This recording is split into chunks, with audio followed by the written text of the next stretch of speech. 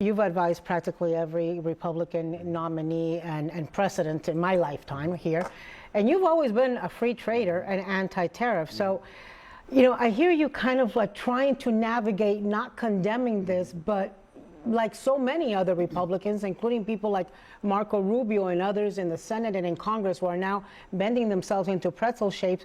I mean, it's like this sudden change that's a little hard for me to understand. Yeah. I also, look, this week I think has been a disaster, and part of it is because they based, well, the messaging has been bad. Right. It's been all over the place, and there's been a lot of conflict within the administration, but also the policy is bad. And what the math they based it on, according to mathematicians who have looked at the formula that they printed out on a big poster and put out, is wrong.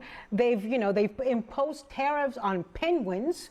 They haven't imposed tariffs on Russia. I mean, it has made absolutely no sense. And when you hear people who love Donald Trump, supported Donald Trump, gave him money, people like Ken Langone, Home Depot, people like Bill Ackman, people who have gone, gotten into fights for months. Can we correct the Russian thing? Because Scott, we're not trading with Russia. They have sanctions. We do $3.5 billion. We have sanctions on Russia. Yeah, but I know North Korea. The number is not zero. What we do with Russia, the number is zero on the island with the penguins. Yeah, we trade more with Russia than we do with Herd and McDonald's. Isn't the issue with the islands is that China can use those small countries as a possible the island doesn't have any humans on it. Also, these penguins, they dress like elitists. They had it coming. I just want to point out.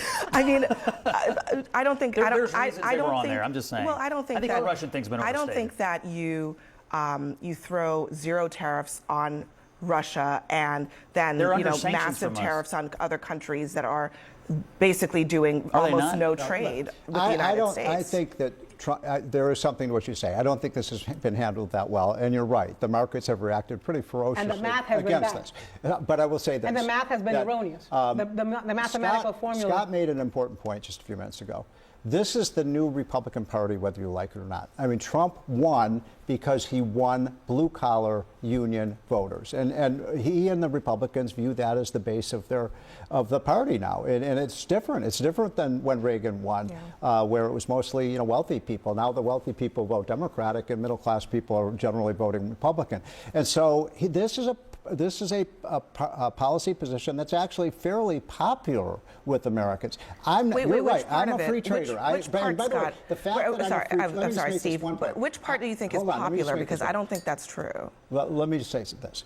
Even though Trump knows I'm a free trade guy, and he knows that I oftentimes oppose these policies, he still calls on me. He likes to get different opinions from different people. And in the end of the day, I'm going to predict this has been a rough period, no question. But Trump is a winner. He's a master negotiator. I think at the end of the day, you're going to have these countries calling him up on the phone one by one and making a deal with them. It's going to be good for what's going to happen to the U.S. economy in the meantime, Chairman? Stephen made the point talking about working class voters, and now the Republican Party is more multiracial and working class compared to years before.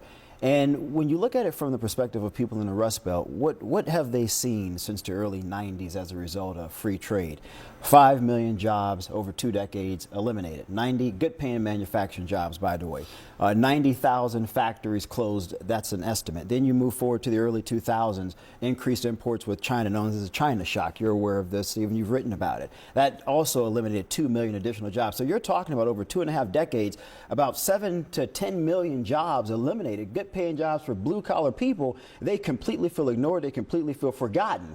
And so Donald Trump focusing on trying to level set, to your point, and bring back some level of manufacturing, even if it's modernized, not going back to the 80s or 90s, I think is a good thing. Even if it's robots? It could potentially benefit those working class even people. if it's robots? I mean, if it's robots doing these jobs, then what's the point? Abby, chip manufacturing, you got to bring some of that back to the United States. I know, I get that. We're not at a place where machines can repair themselves when they're damaged. You need to have a skilled workforce being able to take care of those things. But do you understand my point, Michael, is that we are increasingly about to be in an economy where a lot of these jobs that he wants to bring back are not going to be done by humans. Maybe there will be one or two overseeing the robots, But they've acknowledged that. Besant and Howard Lutnick have both said that over the last few days. Yeah, automation. That automation, AI, sure. robots are going to replace most humans in those jobs. Yeah, that's not so just what a is problem for the what is United States. the That's a global- formula for manufacturing renaissance in that scenario? Sure. That's a global issue. That's not just an issue that the United States singularly has to face.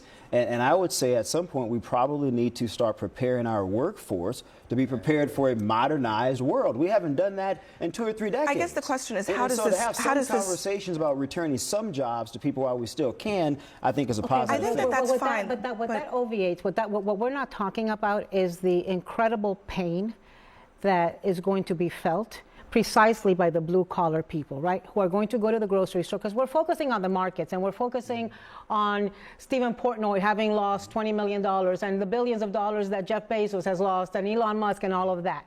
The thing is, these rich people can say don't panic and don't sell because they've got more millions that they can live off. But the person who's going to go buy the car, or the person who's buying clothing from China, or the person who's going to the grocery store and buying the bananas from Ecuador and the avocados from Mexico and the limes from Mexico, they're going to see that price increase tomorrow. Yeah. Isn't it the opposite, though? Let me just play. Going to recover. Hang on a second. Let me. Do you understand that there are people in Hang on a this country second. who cannot endure short-term pain? Of course, but you know what? Let me just go through a couple points. In 1987, we talked about the S&P falling 10%. We've only seen this 4 times.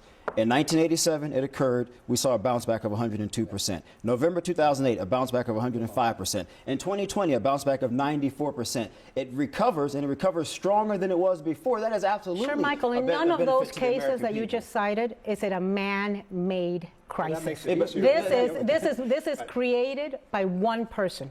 Donald Trump. This isn't COVID. This isn't a financial bubble. This is all manufactured, created, drummed up by this insane man who is our president. And yes,